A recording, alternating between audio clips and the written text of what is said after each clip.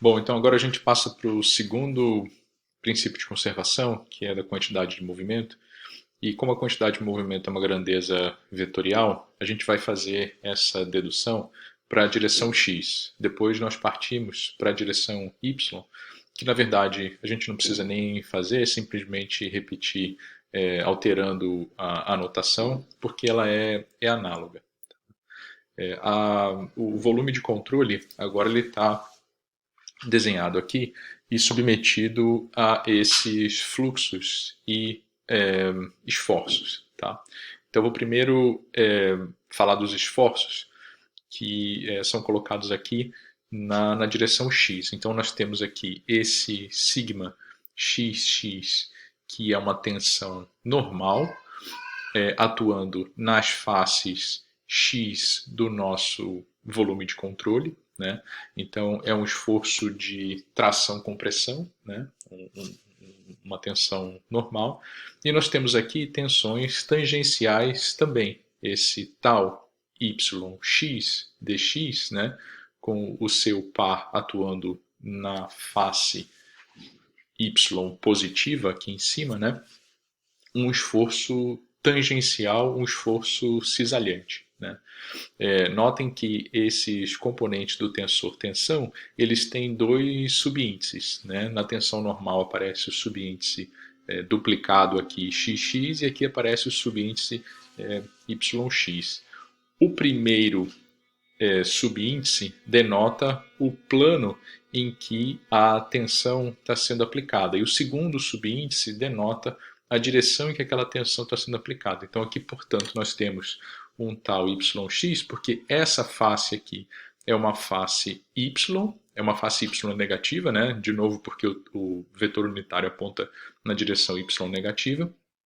E ela está sendo aplicada na direção x negativa também. Né? Então são dois negativos que transformam essa tensão numa tensão positiva. Aqui essa tensão de cisalhamento, né, é num plano y positivo, na direção x positiva e, portanto, é uma tensão positiva também, que é par dessa tensão aqui. Né? Então, de fato, aqui todas essas tensões são positivas aqui, tanto as normais quanto as tangenciais. Tá? Isso é uma coisa que a gente aprende em mecânica dos sólidos, né, também. Tá? E nós temos também aqui os fluxos, né? Então temos as tensões e temos os fluxos. Bom, esse fluxo aqui é um fluxo de quantidade de movimento. É, na verdade, um ρu vezes área, né? Porque essa área aqui é dy vezes 1. Então é ρu vezes área, e essa área transporta para dentro do volume de controle uma grandeza U, né? Que é a componente do vetor velocidade na direção x. Né?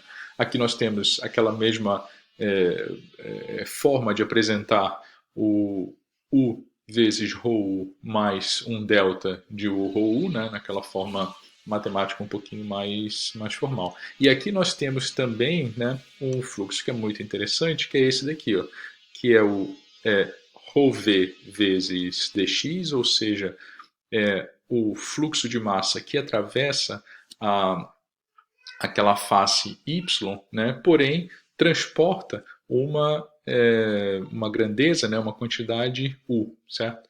Então nós temos esse fluxo cruzado, digamos assim, aqui, né? E aqui o seu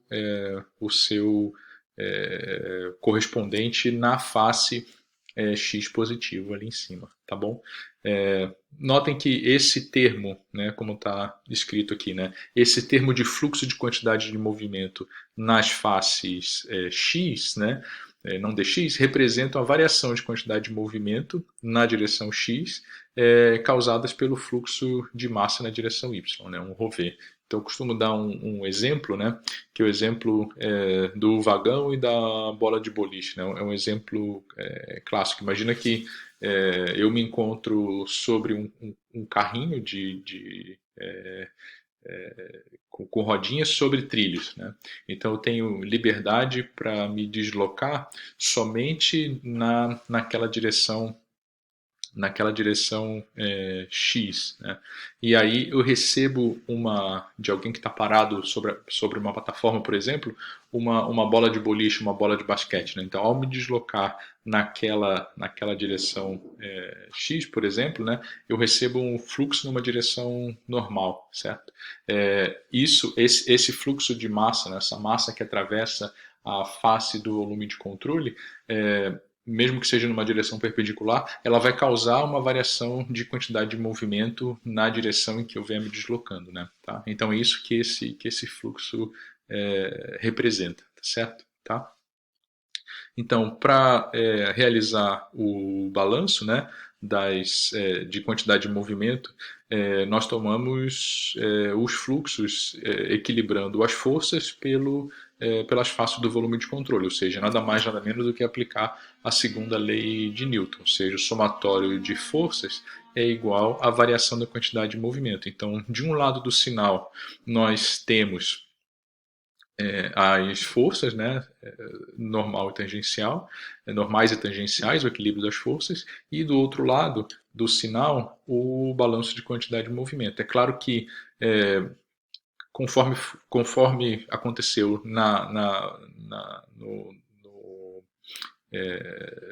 no item anterior do balanço de massa, né, no volume de controle aqui, esse termo, por exemplo, corta com esse termo daqui, né? Esse U rho dy vai cortar com esse U rho dy aqui, vai sobrar simplesmente a derivada parcial. Esse termo aqui, né, do sigma xx dy, vai cortar com esse sigma xx dy aqui, e o que vai sobrar no balanço de forças, né, no somatório das forças igual à variação da quantidade de movimento, vão ser simplesmente as derivadas parciais. Então, de um lado nós temos as forças, né, e do outro lado nós temos a variação da quantidade de movimento, tal qual é a segunda lei de Newton, né, só que nesse caso aplicado a um escoamento de um fluido. Então, corta-se, né, o volume, né, o volume dx dy vezes 1, ele vai cortar, e nós vamos ter uma expressão que é um balanço de quantidade de movimento